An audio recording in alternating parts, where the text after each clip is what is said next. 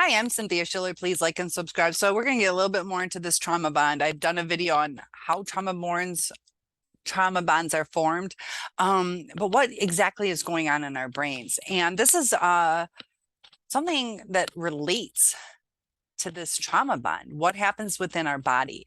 Now, I did a video on where this one lady was drinking a gallon of water. It was good for her at first, flushing her out. Then it turned toxic and she started to crave it. Now, according to some experts, because I did this research on gluten today, and so you can get all the vitamins and mineral. Oh, this is what I want to read to you guys. Ironically, the foods you're most reactive to are the ones you crave most. So they're talking about allergies, an upset stomach, like gut, and you start to crave it, just like that water example that I gave. Those are true stories. In Northville, Michigan, I know of a death that happened. It was a psychiatric hospital, and the lady just drank too much water. It was toxic to her, but she craved it. And same with eating gluten, or people with like peanut butter allergies. They crave the things that are toxic to them. And why does that happen? So our body reacts to these intolerant foods by creating addictive narcotics called opioid endorphins. Like a drug, you have a feeling of euphoria when you eat these foods, and subsequently you crave them. Just like our narcissist, why are we craving this person that was toxic to us? You have a feeling of euphoria. Do you remember that love bombing stage? All those endorphins going off in our head are like opioid endorphins. They say that the withdrawal is like a cocaine withdrawal, and our body does that with food, it does it with water, and it does it when something is toxic in a relationship. That's why they had the Stockholm syndrome, where you love your abuser. Our body, when it's going through uh, an uneven situation, it gets to a toxicity. And just like if you have just a little bit of water, it's not toxic. If you have or the right amount of water, if you have foods that you're not allergic to, everything's fine. Sometimes depends on your allergy, if you have just a little bit, but when it gets too toxic, you crave it.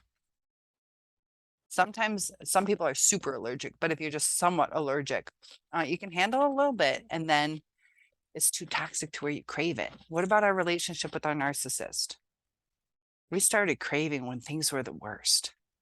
And in a healthy relationship, there isn't that ups and downs. There isn't an addiction. So we became addicted. And that's why it hurts when it's no longer available. And just like these food allergies, you can't give in to your cravings. That can be deadly. Whether it was the water or the food, it can be deadly or damaging. You can get organ damage. Same with our narcissist. If we give in to our cravings and it's still toxic to us, that the narcissist doesn't become self-aware, change their actions, they'll never change their feelings. They can change their actions. So you'll have an empty relationship, but at least you won't be abused.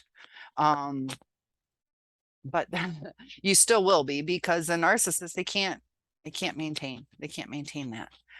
Even if they are self-aware, they're going to have little outbursts. Plus, it's going to be frustrating to them. Frustration is one of their triggers, and us being hurt is a trigger, because it reflects on them that they're a bad person. Sometimes they fabricate things. If you don't feel good that day, they think that you hate them, or it depends on the narcissist. But I just wanted to bring this up, that we're craving something toxic to us. And I saw this analogy.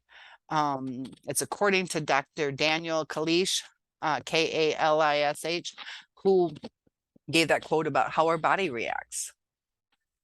And just to give some insight on, yeah, we're craving something toxic. It does happen. It's not just people saying, there's nothing wrong with you. Just like that, you crave strawberries. Maybe you're allergic to them if you crave them that much. Just like sugar addiction. Why do they call it sugar addiction? The more sugar you have, the more you crave it. I used to have the biggest sweet tooth and I don't want it anymore. I cut free from it. I don't like it anymore. I don't really enjoy it. Like it took a while for chocolate for not to like it, but cakes and brownies, like I used to gobble that stuff up. Once you remove yourself, it goes away. And that's why when I tell you it will get better, think about my sugar cravings. I was craving something unhealthy. I took I took self power, self-control, and I'm all right. I don't even like it. I don't even want it. Like I turn sweets away all the time.